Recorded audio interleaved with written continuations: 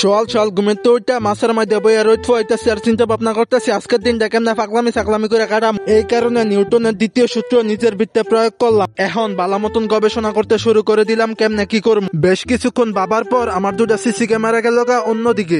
কিরে এটা কি দেখা যায় পাইছি রে আজকে একটা জিনিস, মেঘ না চাইতেই বৃষ্টি। দেখার সাথে সাথেই তাড়াতাড়ি করে চলে আসলাম, কারণ ভাই এটাকে আমাকে খেতেই হবে। যারা যারা জানেন না এগুলা কি, এগুলো হচ্ছে তালের আটি, আর আমরা গ্রামের ভাষায় বলে থাকি তালের খুমা। নারিকেলের মধ্যে যে খুমা হয় এটার মধ্যে ঠিক সেম খুমা হয়। এগুলা খাইতে অনেক মজা ভাই, বিশ্বাস করেন যারা গ্রামে থাকে তারাই মজার খাবার গুলা খেতে পারে। ওকে চলো নিউটনের তৃতীয় সূত্র অনুযায়ী এগুলোকে কাটাকুটি শুরু করি। গাইস বাড়ি একটি দাও দিয়ে এগুলোকে কাটতেছিলাম, কিন্তু এগুলো অনেক শক্ত। কাটাকাটি শেষ না করতে করতে পোলাপাইন এসে খাওয়া শুরু করছে। হাইরে কপাল, একলিস্ট আমার লেগে ভাই কিছু রাহি। যাক ভাই, কাটাকাটি শেষ করার পর পোলাপাইনটা দেওয়ার পর আমার বাগে 2-3টা ছিল।